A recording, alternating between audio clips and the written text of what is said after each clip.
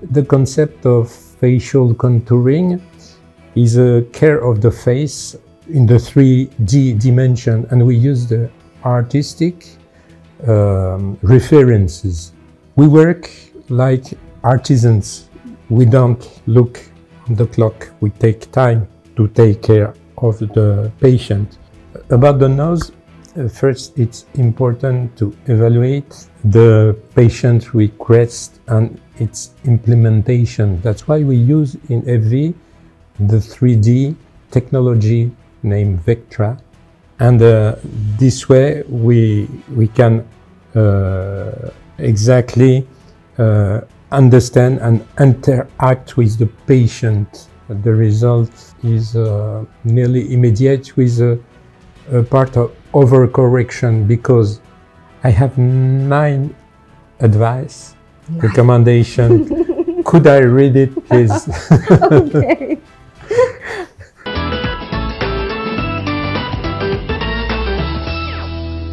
Doctor Network, mạng xã hội thông tin y tế không thể thiếu cho mỗi gia đình. Khánh Vân xin được gửi lời chào đến quý khán giả đang theo dõi chương trình Bác sĩ nói gì. Chương trình được đồng hành bởi Doctor Network, mạng xã hội thông tin y tế không thể thiếu cho mọi gia đình. Thưa quý vị, làm đẹp trong những năm qua đã trở thành một xu hướng và được rất là nhiều người quan tâm, bởi vì không chỉ giúp nâng cao vẻ đẹp bên ngoài mà nó còn tác động đến cả sức khỏe tinh thần của mỗi chúng ta nữa. Trong đó thì phẫu thuật thẩm mỹ đóng một vai trò vô cùng quan trọng, tạo ra những cái đường nét trên gương mặt của mỗi chúng ta, khiến cho chúng ta cảm thấy tự tin hơn khi mà giao tiếp với mọi người. Và có thể nói là ngày hôm nay thì chúng ta sẽ cùng trò chuyện với những cái chuyên gia trong lĩnh vực làm đẹp để có thể giúp cho chúng ta kiến tạo được những cái đường nét trên gương mặt. Và ngày hôm nay thì Khánh Vân cũng xin được giới thiệu với quý vị khán giả những chuyên gia sẽ giúp cho quý vị hiểu rõ hơn về những cái phương pháp làm đẹp phổ biến. Chúng ta sẽ rất là vinh dự chào đón Dr. Daniel Bieloko, là trưởng viện thẩm mỹ FV Lifestyle, bệnh viện FV với hơn 37 năm kinh nghiệm trong lĩnh vực thẩm mỹ, thì đã làm đẹp cho hàng ngàn khách hàng. Hello, Dr. Daniel. Thank you for joining us today. Thank you. I'm a French plastic surgeon. Exercised this skill over 30 years ago. Before I had my private clinic in France, but also worked in Italy, in Spain, member of the French Society of Plastic Aesthetic Surgeon, the name SOFSEP, and also the ISAPS, it means the International Society of Aesthetic Plastic Surgeon. Yes, thank you. Thưa quý vị, bên cạnh Dr. Daniel thì xin được giới thiệu với quý vị khán giả, đó chính là bác sĩ Võ Ngọc Tú, là bác sĩ điều trị cấp cao tại bệnh viện FV, cũng rất là nhiều năm kinh nghiệm trong lĩnh vực thẩm mỹ. Thì bác sĩ Tú sẽ giúp cho chúng ta hiểu rõ hơn về những cái kiến thức và những phương pháp làm đẹp ở trong thời điểm hiện tại. Xin được gửi lời chào đến bác sĩ Tú ạ. Xin chào tất cả mọi người, chào chị Khánh Vân. Mình là Ngọc Tú, hiện tại thì mình đang công tác tại khoa phẫu thuật tạo hình thẩm mỹ bệnh viện FV. Rất là vui khi hôm nay mình có cơ hội ở đây để chia sẻ với mọi người về thẩm mỹ, về cách để làm sao mình đẹp hơn mỗi ngày. Và chắc chắn rồi, bác sĩ Tú cũng sẽ là người kết nối để giúp cho chúng ta hiểu rõ hơn về những cái phương pháp làm đẹp trong thời gian gần đây với những cái chia sẻ từ Dr. Daniel. Thưa quý vị, bây giờ thì chúng ta sẽ cùng tìm hiểu rõ hơn về những cái phương pháp kiến tạo những cái đường nét để có thể làm đẹp hơn cho cái gương mặt của chúng ta, đúng không ạ? Dr. Daniel, can you share a little about your journey into the field of cosmetic surgery? It's a long journey. I started with the general study, medicine study. If I wanted to become a surgeon, I have to make a sort of competition, a concours, to become a resident. Step 1, 4 years to be a resident inside the public hospital. My experience with plastic surgery. I also made at that time the reconstruction and the hand surgery, and I was graduated then in microsurgery. And the second step, I become a fellow, always in the public hospital. And finally, I get the diploma of a general surgeon with skills of plastic surgery. This period, there was not the board certified that we have now. But now, with the harmonization of the diplomas, with Europe. We have of course, the skills, and we are board certified as a plastic surgeon. I started my private activity in 1986, long time ago, until now, cosmetic and plastic surgery. 1996. 86. 86. Wow. Không biết là với bác sĩ Tú, hành trình đến với câu chuyện về làm đẹp, đến với thẩm mỹ thì có dài giống như là câu chuyện của Dr. Daniel không ạ? Nghề y là một quá trình học tập không ngừng và rất là dài. Thì đối với ngành y ở Việt Nam thì bác sĩ cũng sẽ trải qua 6 năm đại học để trở thành bác sĩ đa khoa. Sau đó thì phải gần hơn 2 năm để có chứng chỉ hành nghề. Sau đó phải luyện tập thêm, mình cũng phải luyện tập thêm, làm ở các bệnh viện công, rồi học về tái tạo trong vòng 2-3 năm nữa.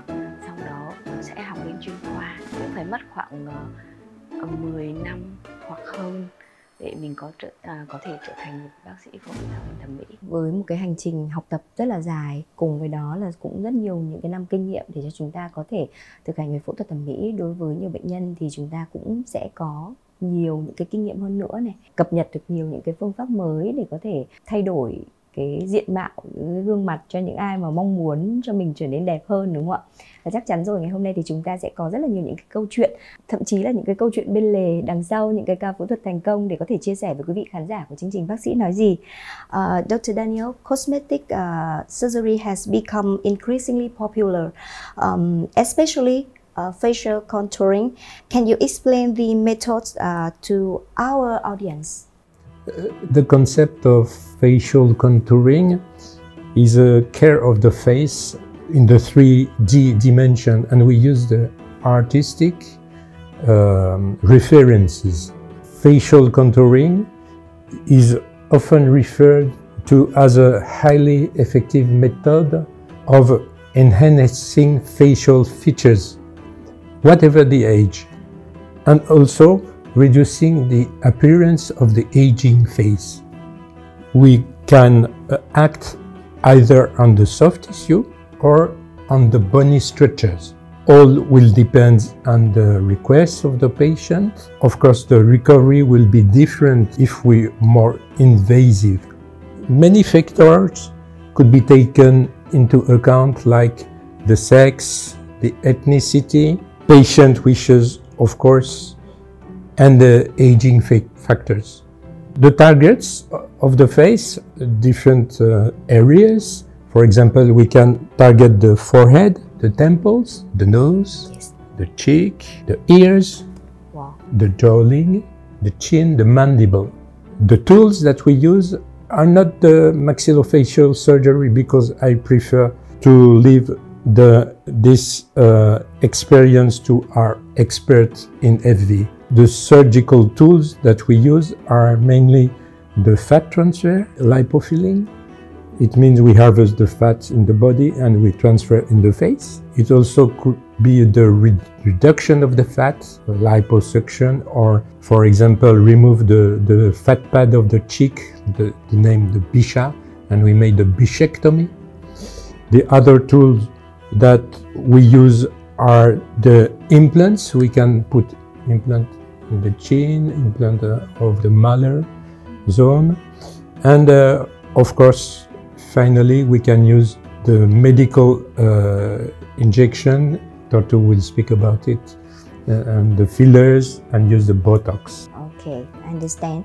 So, what technique are used to train facial features such as nose height or cheekbone?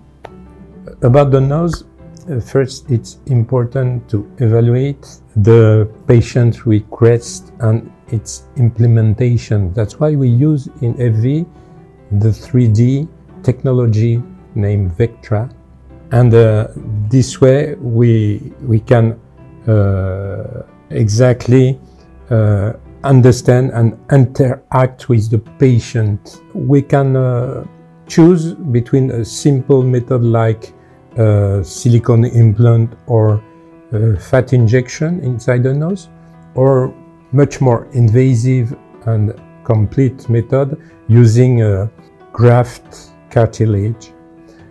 About the cheek. Same, we can use a volumetric method. Either we improve, we enhance the volume with fat transfer. So we inject the fat from the body and inside the cheek, or we can remove the fat and we make that we call the bichectomy to hollow the cheek.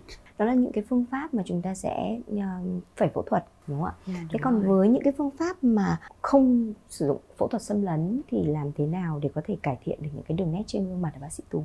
Thì đối với mũi thì mình có thể tiêm filler vào mũi để mình có thể cải thiện cái độ cao của mũi. Tuy nhiên thì khi mình tiêm filler vào mũi á, bởi vì cái cấu trúc vùng này nó có rất là nhiều mạch máu, nên là thứ nhất là mình phải cần có bác sĩ có kinh nghiệm. Thứ hai là có một phương pháp an toàn hơn, đó là mình có thể tiêm filler dưới hướng dẫn của siêu âm để mình đảm bảo rằng là filler mà mình tiêm vào nó đúng vị trí, nó không làm tổn thương những cái mạch máu để giảm thiểu tối đa nhất cái biến chứng cho bệnh nhân, cho khách hàng. Còn đối với má, mình có thể làm đầy má. Đối với những người mà có gò má thấp thì có thể làm đầy má bằng filler, hoặc là bên cạnh đó mình có thể kết hợp với lại botox để làm thon gọn cái viền hàm này của mình, cải thiện cái viền hàm đối với những người có cái góc hàm khá là vuông và khá là bạnh ra. Nếu như mà nói như bác sĩ Tú thì có lẽ là với cái phương pháp filler siêu âm ạ. Filler dưới hướng dẫn của siêu âm. Dưới hướng dẫn của siêu âm. Với cái phương pháp đó thì có lẽ là chúng ta sẽ đến với những cái nơi mà uy tín như là bệnh viện thì mới có đầy đủ những cái máy móc cũng như là thiết bị, cơ sở vật chất để có thể thực hiện những cái phương pháp đấy, đúng không ạ? Đúng rồi.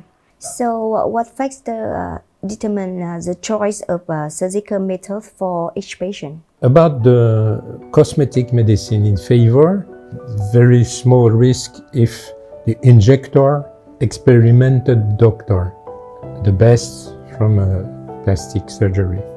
And also the action is quick, the result is immediate, the cost moderate.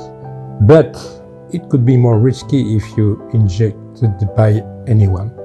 You have to know it, and more. The result is limited lasting, and the modification is moderate. The problem with surgery is that you have to go in the office theater, most of the time with anesthesia. Sometimes you need a recovery time, but you have a longer lasting result. About the choice of surgical methods, all depends of the request of the patient. For example, facial rejuvenation. Some patients want only natural result and no signature of the surgery. That's why we choose, for example, a mini lift.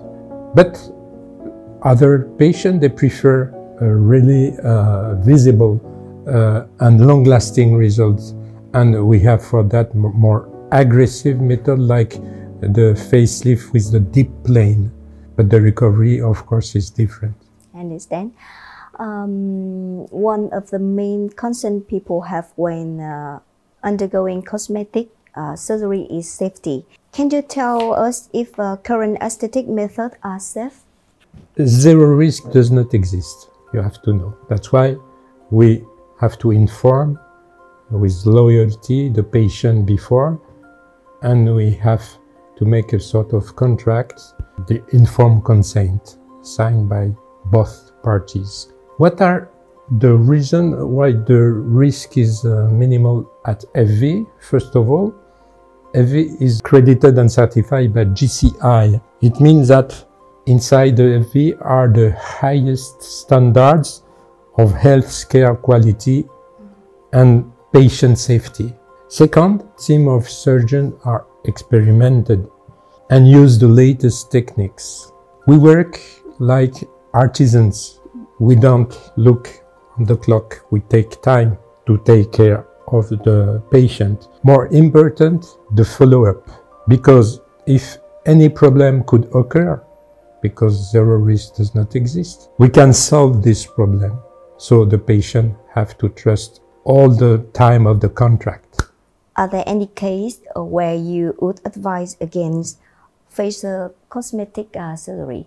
If there are pre-existing pathology like high blood pressure or diabetes, autoimmune diseases, that we hate the most is the smoker, because the risk of bad scarring is very high. People taking alcohol or drugs, not safe for the follow-up. And the most is important for us is a realistic expectation of the patient. He has to admit the limit of the technique. Thế thì không biết là những cái bệnh nhân như vậy, những cái trường hợp như vậy thì họ có được lựa chọn sang những cái phương pháp mà không xâm lấn như là bác sĩ Tú có chia sẻ hay không ạ? Sẽ tùy vào cái tình trạng của bệnh nhân. Bác sĩ sẽ đánh giá cái tình trạng nguy cơ, bệnh nhân thuộc nguy cơ thấp, nguy cơ vừa hay nguy cơ cao. Đối với những bệnh nhân mà có nguy cơ cao khi trong phẫu thuật á, thì có thể lựa chọn những cái phương pháp ít xâm lấn hơn. Có thể là mình sẽ dùng máy móc hoặc là mình tiêm chích cho nó an toàn hơn để giảm thiểu cái nguy cơ cho bệnh nhân, đảm bảo an toàn cho bệnh nhân, cũng như là mình đạt được cái kết quả thẩm mỹ một cách tự nhiên và an toàn nhất cho bệnh nhân. Thì thực ra là cái khao khát làm đẹp thì cũng của rất là nhiều người, đúng không ạ? Ai cũng có hết, nhưng mà điều quan trọng là mình phải an toàn. Dạ vâng. How long does it usually take for patient to fully recover from facial cosmetic surgery? All depends on what kind of surgery you had.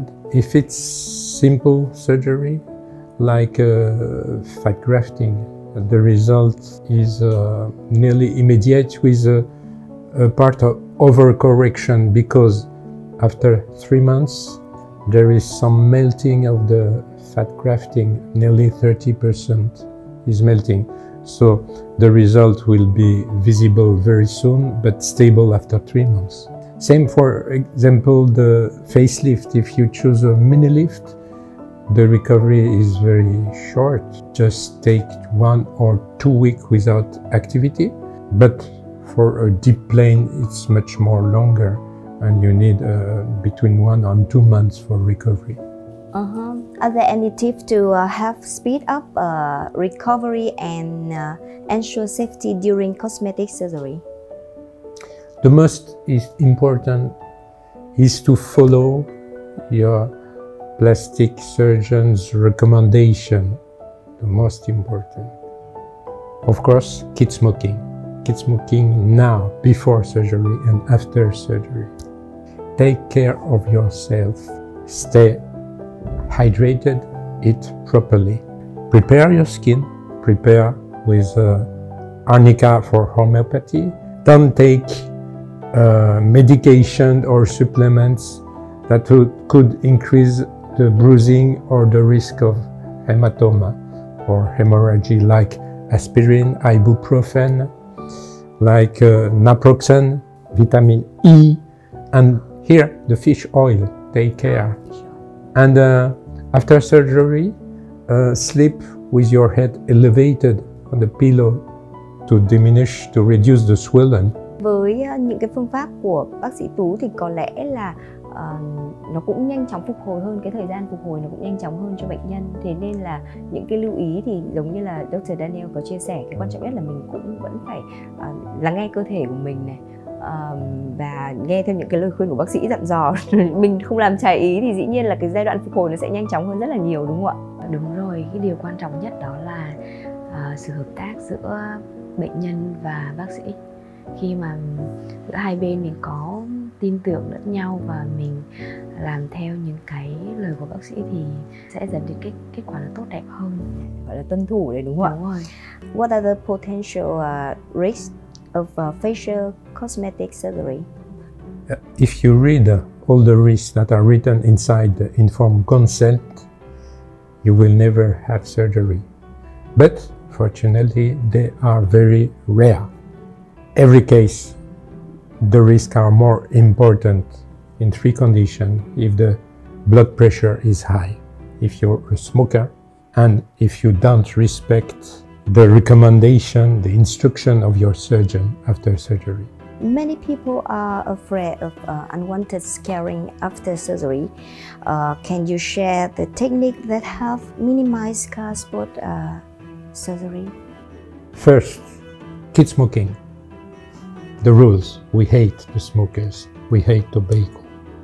During the period with stitches, clean your scar with sterile water and put antibiotic cream on the scar.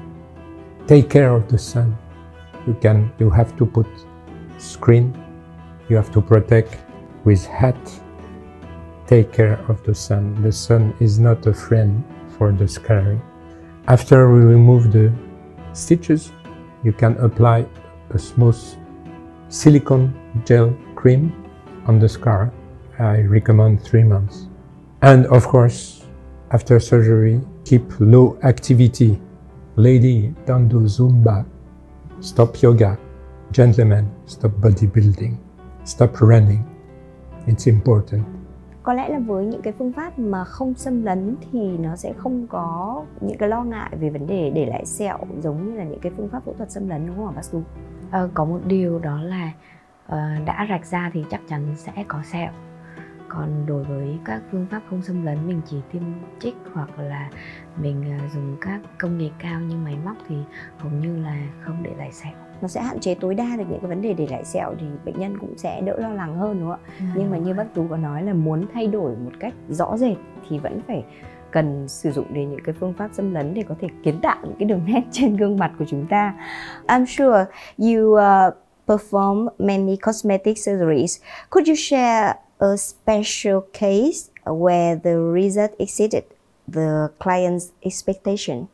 This situation that make a big emotion is when the surgeon, the plastic surgeon, removed the nasal splint after nose surgery, after rhinoplasty.